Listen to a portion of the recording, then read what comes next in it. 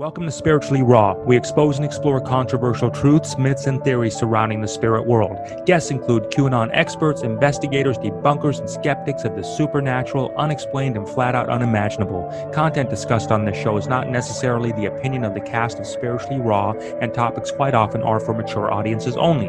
This show is not intended to replace any medical, financial, or legal advice and is for entertainment purposes only. So sit back, relax, and enjoy the ride.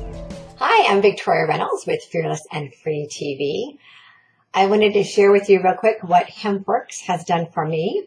Now, I've tried several, actually numerous CBD products over the last couple of years out of curiosity to see if any of them actually work because I'm already so high on life, if you will. And HempWorks products are the only ones that I've noticed a difference with. For me particularly, it's been the CBD with melatonin. I found that melatonin on its own doesn't do anything for me. Actually, I'm one of those backwards people. So melatonin tends to keep me awake. However, the CBD with melatonin has been great for helping me sleep. Also, the CBD with the curcumin has been great for navigating some pain that I have had for years in my neck and shoulders. And that has been helping as well. And I have to admit that I had taken myself off coffee, but I do like the HempWorks coffee. And I think it might also be because of the mushrooms that are in there. So I've really been enjoying my HempWorks products and also the other products that are on my daily choice because I'm a big fan of some of their other products as well, such as the essential oils. So I wanted to share that with all of you. If you're curious and wondering if HempWorks actually works, in fact, it does. Until next time, get bold, be fearless, and live free.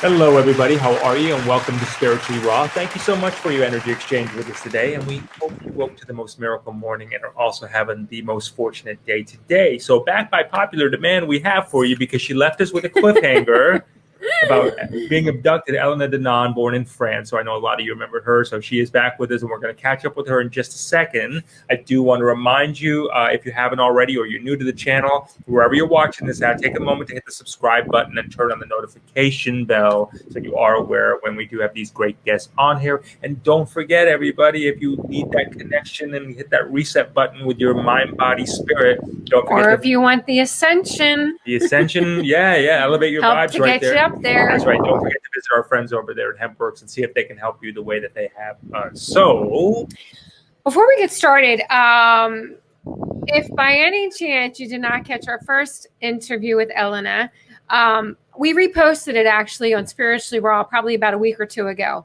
And it's also up on spirituallyraw.live. But the original version on YouTube was when all the censoring was happening. So we had to delete the video, take it down. We kept it up on spirituallyraw.live, but we reposted it because now we are out of the BS, the YouTube BS. Don't so jinx it. Make sure to go back and watch the first one, and you'll see where we left off, which was a cliffhanger. And we're going to get to that in a second, but I want to give you a quick little bio. So just hang on 1 second. So like Judy said, Elena was born in France, and obviously you could tell by her beautiful accent. She was an archaeologist for 20 years and mainly in Egypt. Now, this is like, she has such an extraordinary story. She was abducted as a child by the great aliens, but she was rescued in the process by the NORDICS, with whom Elena still today converses with often, if not daily. We'll find out. Now, they taught her a great amount of knowledge, which she uses every day to help humanity step up into its sovereignty and its rights to its legitimate future. She's the author of, no surprise here, an Amazon bestseller, and it's called A Gift from the Stars. Right on. Join me, everybody, and welcome Elena to the show. Forgive me. How are you? I'm very well, thank you, and feel very privileged to be back on your show, and it's always very interesting exchange. So I'm looking forward to it. Yes, it is. Likewise, so you left us last time with your story about being abducted, right? Well, it's kind okay. So here's where we left off. We kind of the first show was we were getting to know who you are, what your story was, and then we got so entranced in your story, your personal story, that it came down to the last minute of the hour, and where we left off was where and what happened to you when the first abduction happened, or was it the second abduction? Wasn't Well, I think on the first show we spoke about my first abduction when I was Yes. a toddler. When you were a toddler, exactly. Yes, with benevolent beings. Yes, and we left off when it was the malevolent ones that came. Yes. Yeah, the good stuff. Right. Yeah, some great memory going on. I'm ready. There. I've got the popcorn ready. I'm ready for it. Yeah, popcorn, everyone. The floor is yours, my dear. So that's a true story, and of course, and I've had many, how to say, it was quite traumatic of all my life to have to deal with these memories. But quantum hypnosis, just helped me, and at the end. But I had before undergoing a hypnosis, I had a lot of memories. Because as many people, I have psychic abilities, and when they abduct children with psychic abilities, they don't quite really manage to erase the memory. There are people who remember, and I remembered a lot. Can I ask you real quick, what is the difference between quantum hypnosis, which is what you had, and just regular hypnosis?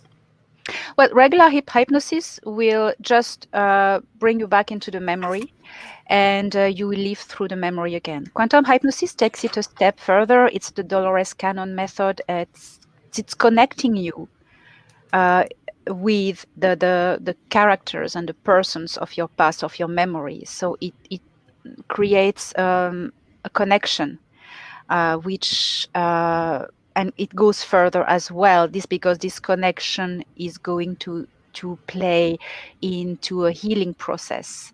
So it's hypnosis upgraded, as I would say. Okay, hypnosis upgraded. That's a good name for a show. We should do one. So yeah, finishing your thoughts.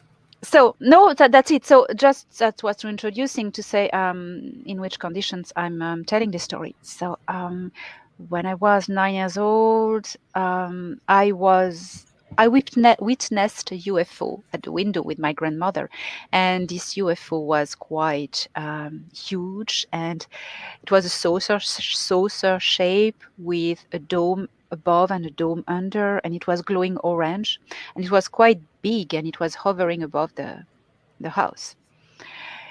In the same night, well, this UFO just disappeared, I have to say, in the sky. Like, it was quite amazing. In the same night, I was abducted. In the same night, there was a beam of light into my bedroom, and I felt totally paralyzed. 3 small greys beamed with it. They were wearing glossy dark uniforms, and they took me. I was 9 and quite petrified. Well, any age, you're petrified by these things. So frightening. I was taken in this beam, and I was totally numb, and I couldn't react. My body couldn't react, and they lifted me in this beam towards a ship that was above the house, and what was amazing is that we went through the roof of the house. The material. When you say we, was that you and your grandmother? No, just me. Oh, you and the GREYS. Me and the GREYS. Yes. I got you. I see. Okay. Yeah. So it was like in this beam of light, we were all dematerialized, or in another density. I don't know how to explain this, because we went through materials of the building. Amazing. And we were in this, and suddenly we arrived. It was very fast. We arrived in the ship, and I find myself, it's flashes of memories. I find myself on the floor. It's super cold. The first impression is that it's physical. It's very cold. And I barely can breathe. The oxygen is just a minimum for life support for me, for abductees. They don't care of the comfort, of course. You're not supposed to remember. Then they're still there, the 3 small greys in this dark room, and I'm lifted above the ground again, and I'm floating, and they accompany me. They float me. I'm floating in the like levitation, and until a table, a metallic table, Ugh. um, Like a cold metal table. whole metal table, very narrow. It's the side. It's very narrow. It's long. It's the length of an adult human, but it's very narrow. And was the space that you were in, was it like how you see it on TV? It's empty, it's dark, it's cold, Sterile, sterile. Yes. just like that. Ugh. Yes. Like your worst Yes. nightmare? Like your worst nightmare. Yeah. There was, in fact, there was a light, a very bright light above the table, a very bright light. And this bright light made the whole rest of the room dark. I couldn't really see. But what I could notice was that the furnitures and the floor, when I say the furnitures, it was like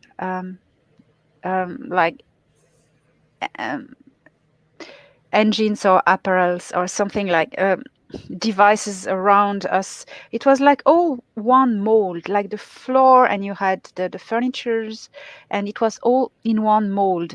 It was Weird. like the whole ship was molded in one. That Mhm. was weird. Well, the whole ship, I don't know, but the proximity anyway. The thing is, I was paralyzed.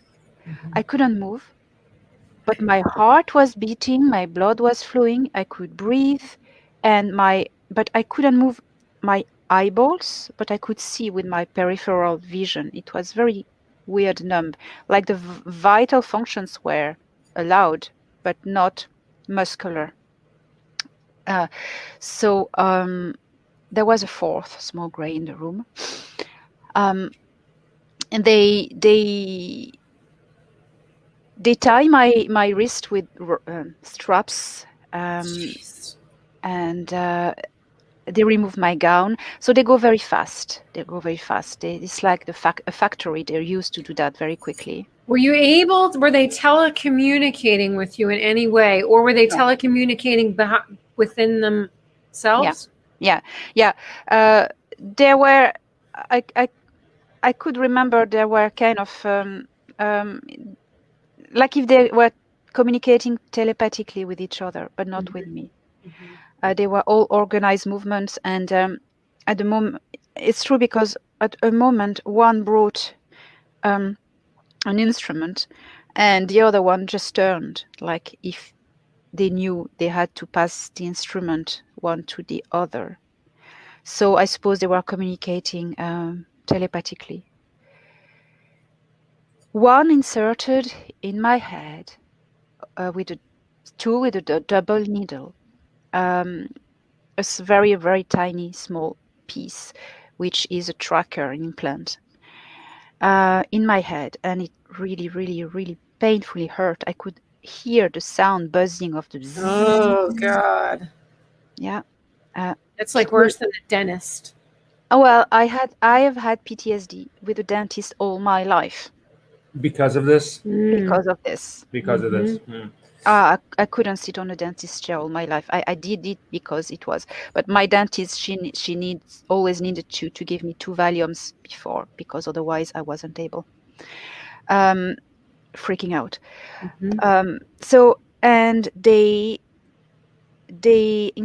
was naked, and I had removed my gown, and they inserted in my belly, lower belly, with an instrument that could resemble to a gynecologist's speculum, but it's not.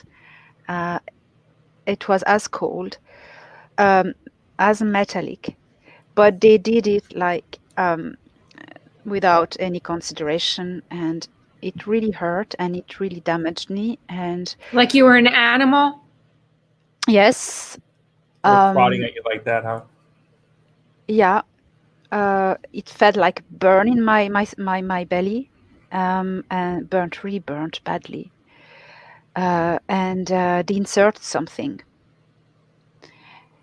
When they removed it, I felt something very hot coming out of my belly, and it was my blood.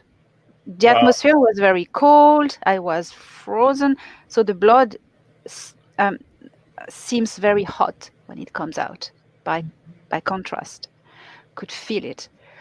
And at this moment, well, a fifth one came in while they were doing this thing. This one was different. He was a small gray, a little bit bigger. You could see it was a different species. This one looked more alive. And I learned afterwards that this one, the fifth one, was kind of the overseeing the procedures. Like the leader? Yes. And biological entity. And the other ones were like synthetic, like forms, servants, clones, or something like that. Clones. Interesting. Yeah, yeah. And so they, at the moment, the chief of them was there. The whole ship trembled. It was like suddenly a wave. Everything trembled. So I was scared. I was imagine a little girl in this situation, totally terrified. But now, what was going to happen after was even more terrifying. When you think it can't get worse, well, it got better, in fact. But the door, no, there was a door, and the door exploded. But it wasn't an explosion with flame. It was like an explosion of dust. Wow. And that was a cloud of dust in the room, and two tall men, very tall. Well, I was small as well, so they looked tall anyway. But they came in, they entered, and they were Alien men or like human looking men? alien. They were aliens, but they were human looking. They were humans. But How were you, Elena, able to differentiate that they were male versus feminine? Were they androgynous looking? No. They were men, because I saw them afterwards when they removed their suits. They were men. Tall, tough men wearing a spacesuit and helmets. So I couldn't see their faces, because it was dark, but there were flashes of light, reflections of light, dust. It was going very fast. I could see only with my peripheral vision. So were they dressed like astronaut suits? Yes, but very close to the body suit. Like it looked like an astronaut suit, but not as we know it. Very tighter to the body, but yeah, it was a grayish white, kind of white. So what happened, that went very, very fast. The captain, the small gray captain, panicked, and at the moment the door exploded, just before the man came in, the small gray captain ordered to the clones or the synthetics to untie my wrist, or to let me go very quickly. But they didn't have the time to really do it, because these two men came in. So before these two men came in, I could hear the Captain Gray giving orders vocally to the synthetics. And that was terrifying, because I heard this voice that was like crackling, insect crackling. It wasn't a language. It was a language, but it wasn't like human voice. It was very, very scary. So these two men come in. they pull out. They had a kind of a pocket on the side. It's like little tubes like this, and they start to shoot rays, like beams, energy beams with that. And they shot the 4 synthetics, but the captain, they didn't shoot him. So they shot the 4 synthetics while one of the men was finishing removing my ties and taking me in his arm. No, that went so fast. So he untied me, finished untying me. The other one went to the Captain Grey that was left alive, and he strangled him very powerfully. And I saw that, and that was horrible, because they look scary, these Greys, but seeing one dying strangled, it's really, really traumatic. And then he took me in his arms, this man. He took me in his arms, and I couldn't move. I was like vegetable. The only thing I could see was the plastic of his plastic feel of his spacesuit. It was very glossy and plastic feel a bit. And it went very fast. They ran out of this room with me, and there was a big vortex of light, and I felt all my body, all the cells of my body buzzing, like suddenly an electrical current went through it, and a big vortex of light twirling that went very fast. And suddenly we were on board another ship. So you went Wow. from, I want to just, if I can, just to grasp where we're at. So you had where the original Greys kidnapped you. They were doing their procedures, but in that event come in 2 men in suits, right? Plastic suits, which you were able to identify. They killed the 4, right? The synthetic ones, as you refer to them. The captain, and then they went to the captain. They did kill the captain. Is that correct? With their bare hands? Yes. Okay. Yes. And then from there they grabbed you. You were paralyzed, and then now you're on another ship. Yes. I think we teleported. You think he teleported? Right. Oh my God, I got such chills. Is it the men that were? And I want to make sure I got this right. Is it the men that were having that screeching insect voice that you were referring to? The Greys. The Greys. Okay, all right, got it. Okay. The Greys. All the right. Greys. Okay, great. Now I'm on board this other ship, and it's very bright, super bright, and it's warm. The first sensation I have, it's warm, and all my body suddenly feels this warmth, but I still can't move. They lay me down on a table, and suddenly I start to see around me. There are many people in there. There are 4 people in that room, 4 humans, very tall, 3 men and a woman.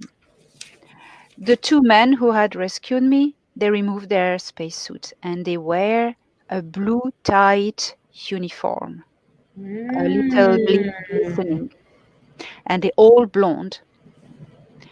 They have big, huge eyes, clear, blue for most of them, high cheekbones, very strong musculature, very muscular. And so that's the 3 men. And the woman, she is smaller, tinier, very slim. She always wears this tight uniform. She has a triangular face, more triangular. I saw she was a different species from these 3 other men. Triangular face, even bigger eyes, green eyes, blonde, straight hair, cut here. And she's the one taking care of me. So were they repairing the damage that the Grey aliens did? Yes. And what were they doing? Were they doing energy healing, or how were they healing you? Oh no, physically. She first grabbed something that felt like a sponge or a cloth sponge, and she cleaned my blood, the blood on my legs. She cleaned me. She really cleansed me. Once I was clean, the man who had rescued me, my rescuer, the one who strangled the grey and took me in his arms, this one, he had removed his uniform, and there was this jacket, not this uniform, this spacesuit, and there was this jacket that he put on me. His spacesuit jacket, he put that on me to keep you warm. To keep me warm once I was clean, because I was naked, you know. So and to keep me warm, and I think just to cover me as well. And this sensation was really, really warm. I could feel it. And then I saw him for really, really well. He had wavy blonde hair, stopping here. He was very beautiful, big blue eyes.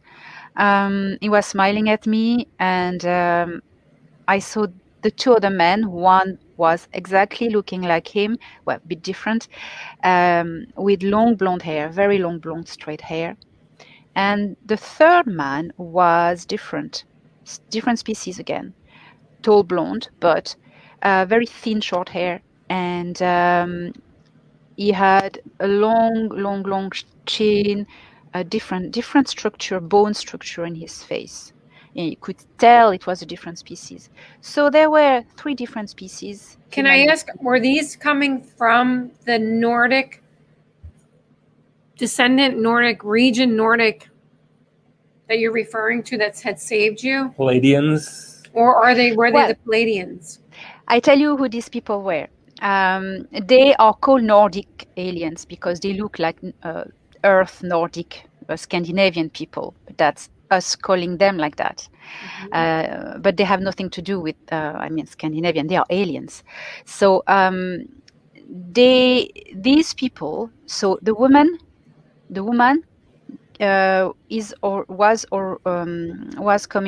was from star system Sirius B, that they call Ashkera. Sirius B. The man with the long chin, short, thin hair, was from Epsilon Eridani, star system Epsilon Eridani. And the 2 other men who had rescued me, who had beamed with in spacesuit on board the GREYS ship, and my rescuers, they were from the Pleiades. Oh, wow. Planet called Hera. The star system is Ashara. We call it on Earth Taygeta, but that's not how they call it, of course. It's our names. Elena, so you had 3 different species from Yes. 3 different star systems come to your rescue. Right. That's a good one. And and you were actually rescued by the Palladians, right? Yes. You were actually. Did you get a sense of why they? So, for example, what brought them all together to do this as a coordinated mission?